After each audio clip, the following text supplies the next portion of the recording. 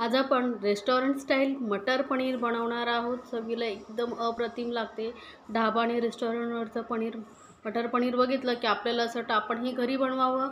मग ती रेसिपी जर तुम्हाला कळत नसेल तर ही रेसिपी पहा आणि बनवा। खूपच चवीला अप्रतिम लागतं आणि बनवायलाही खूप सोपं आहे। अगदी स्टेप बाय स्टेप मी तुम्हाला सांगणार आहे कसं बनवायचं। यानंतर तुम्ही रेस्टॉरंटमध्ये जाऊन खाणं विसरून जाल एवढी चविष्ट मटर पनीर आपण घरी बनवणार आहोत। तर त्यासाठी 1 कप मटर इथे मी घेतलेले आहेत। ते आपल्याला उकडून घ्यायचे आहेत। तर इथे फ्रोझन किंवा फ्रेश कुठलेही घेऊ शकता। तर हे मी फ्रेश मटर फ्रीझरमध्ये ठेवले होते। ते आधी अर्धा तास काढून ठेवायचे म्हणजे आपल्याला उकडताना पटकन उकडता येतं। तर एखादा पॅन वगैरे घ्यायचं आणि त्यामध्ये मटर धुवून घ्यायचे आणि आपल्याला याला थोडं पाणी घालून साधारण 5 मिनटं असं उकडून घ्यायचं। म्हणजे काय होईल, याचा जो कच्चेपणा आहे तो कमी होईल आणि आपली भाजी जी आहे तोपर्यंत पटकन होईल। तो भाजी मटर शिजत आहे तोपर्यंत आपण इथे 2 कांदे एकदम बारीक चिरून घेतलेले आहेत, 2 टोमॅटो घेतलेले आहेत, लसणाच्या पाकळ्या घेतलेल्या आहेत थोड्या आणि 1 इंच आलं घेतलेलं आहे।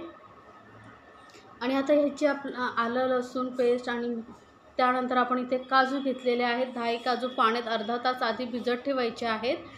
म्हणजे काय होतं, काजूची पेस्ट घातल्याने आपल्या ग्रेव्हीला खूप छान रिच टेस्ट येते। तर आता टोमॅटोही मी फोड्या करून घेतलेले आहेत, आलंही बारीक चिरून घेतलेलं आहे। तर काजूची पेस्ट आधी आपण करून घेऊया। तर मिक्सर जारमध्ये जेव्हा आपण भिजवलेल्या काजू होते ते घातलेलं, अगदी थोडंसं पाणी घालायचं आहे आणि याची मस्त अशी पेस्ट करून घ्यायची आपल्याला। तर ही काजूची पेस्ट आपली तयार झालेली आहे। तर सेम मिक्सर जारमध्ये आपण आता घालणार आहोत आलं लसूण आणि टोमॅटो।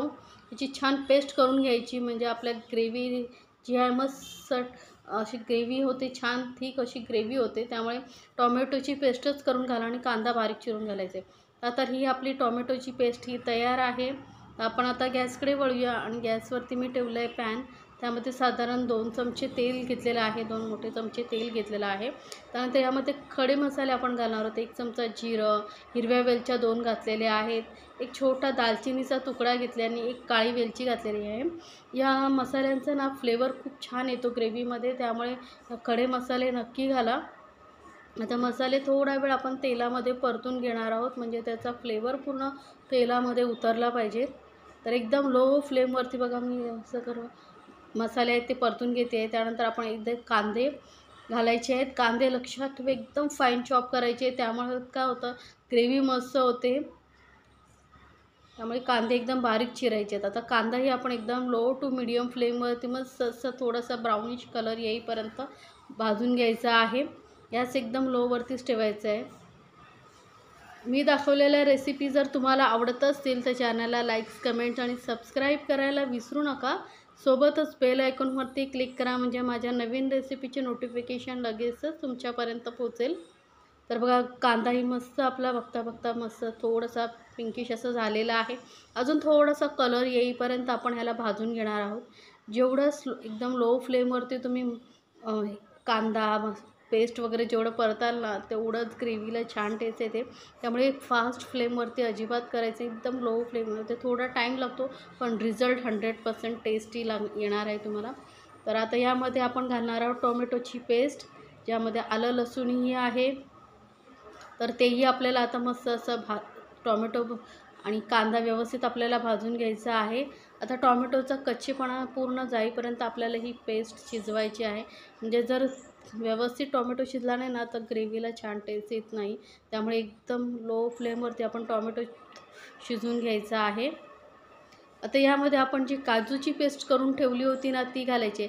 आता इथे मी काजू घेतले आहेत। काजूऐवजी तुम्ही जे मेलन सीड्स असतात ना तेही घेऊ शकता किंवा अर्धा काजू अर्धा मेलन सीड्स असंही घेऊ शकता। यामुळे काय होतं आपल्या ग्रेव्हीला मस्त रिच टेस्ट येते आणि असं क्रीमी असं टेक्स्चर येतं। त्यामुळे काजू नक्की घाला, थोड्या घातला तरी चालतील। तर काजूही आपण टोमॅटोबरोबर व्यवस्थित परतून घ्यायचं आहे म्हणजे त्याचा जो फ्लेवर असतो ना ते निघून जाईल आणि आपल्या ग्रेव्हीला छान टेस्ट येईल। आता याला आपल्याला टोमॅटो आणि ग्रेव्हीला शिजण्यासाठी 5 मिनटं कवर करून शिजून घेऊया। तोपर्यंत आपण काय करायचं आहे, दुसऱ्या पॅन ठेवायचं आहे गॅसवरती। त्यामध्ये 1 चमचा तेल आणि 1 चमचा बटर घेतलेला आहे आणि यामध्ये आपल्याला आता हे पनीर भाजून घ्यायचे आहेत। तर इथे मी पाव किलो पनीर घेतलेले आहेत, 250 ग्राम एवढे, आणि असे क्यूबमध्ये कट करून घेतलं आहे। तर ह्या ज्या क्यूब्स आहे तुम्हाला छोट्या मोठ्या ज्या साईजमध्ये आवडत असतील त्या साईजमध्ये करू शकता, पण थोडे मीडियम साईजचे पीसेस ठेवले ना की दिसायलाही खूप सुंदर दिसतात आणि आपली जी भाजीची टेस्ट आहे ती पण जबरदस्त येते, एकदम रेस्टॉरंटसारखी.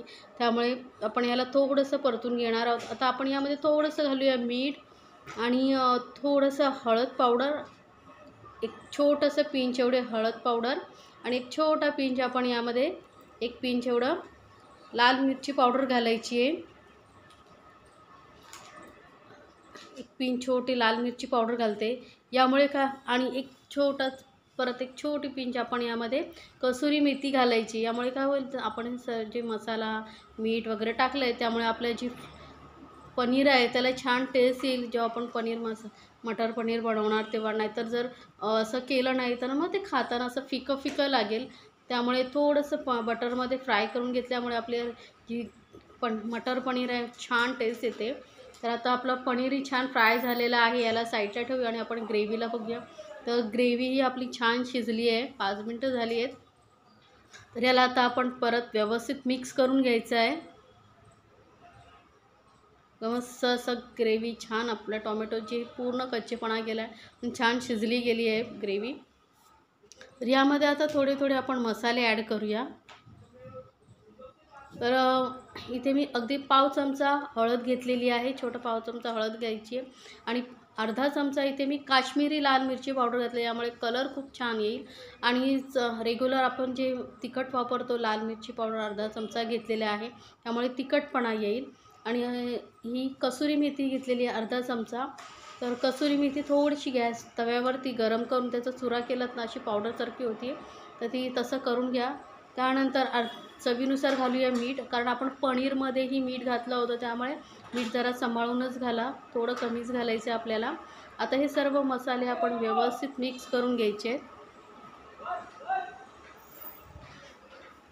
तर बघा मस्त असं तेल सुटेपर्यंत आपल्याला ही मसाले जे आहेत तेलामध्ये परतून घ्यायचे आहेत. तर बघा साईडने मस्त तेल सुटलं आहे, मस्त मसाले परतले गेलेले आहेत. त्यानंतर यामध्ये आपण थोडंसं ग्रेव्ही पातळ करण्यासाठी गरम पाणी घालायचं आहे. लक्षात ठेवा गरम पाणीच घालायचं आहे, त्यामुळे ग्रेव्हीला छान टेस्ट येते आणि वरती असं थोडंसं असं तवंग सुटतो. त्यामुळे गरम एकदम उकळता नाही घातला तरी चालेल, कोमट पाणी नक्कीच घाला. आता या ग्रेव्ही आपल्याला किती पातळ हवी आहे त्यानुसार तुम्ही पाणी ॲडजस्ट करू शकता. तर यामध्ये आपण घालूया उकडून जे मटर ठेवले होते ते. या उकडून ठेवलं ना की कसं होतं, पटकन ग्रेव्ही छान होते. तर 5 मिनटं आपण फक्त याला वाफ देऊन घेणार आहोत, म्हणजे मटरमध्येच पूर्ण आपले मसाल्यांचे फ्लेवर उतरतील. एकदम लो फ्लेमवरती 5 मिनटं आपण हे मटरला शिजवून घेतलेलं आहे ग्रेव्हीमध्ये. तर चेक करूया, परत व्यवस्थित मिक्स करून घ्यायचं आहे आपल्याला.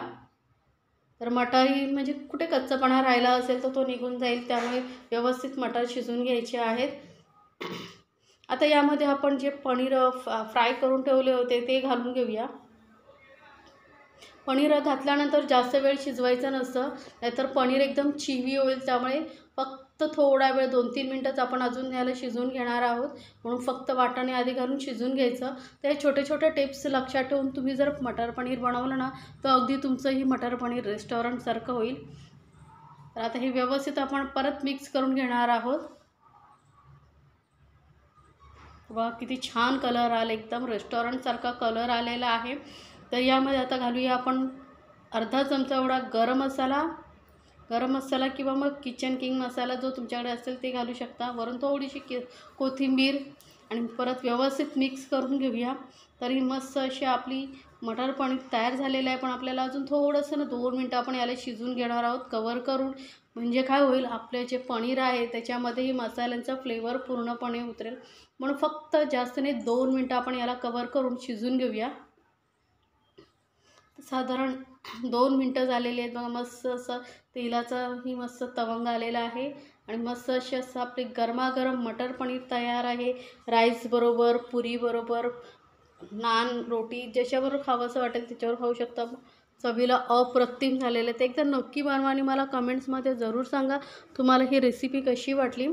अशा छान छान रेसिपीसाठी आपल्या चॅनलला सबस्क्राईब जरूर करा आणि बेल आयकॉनवरती क्लिक करा, म्हणजे नवीन रेसिपीचे नोटिफिकेशन लगेचच तुमच्यापर्यंत पोहोचेल.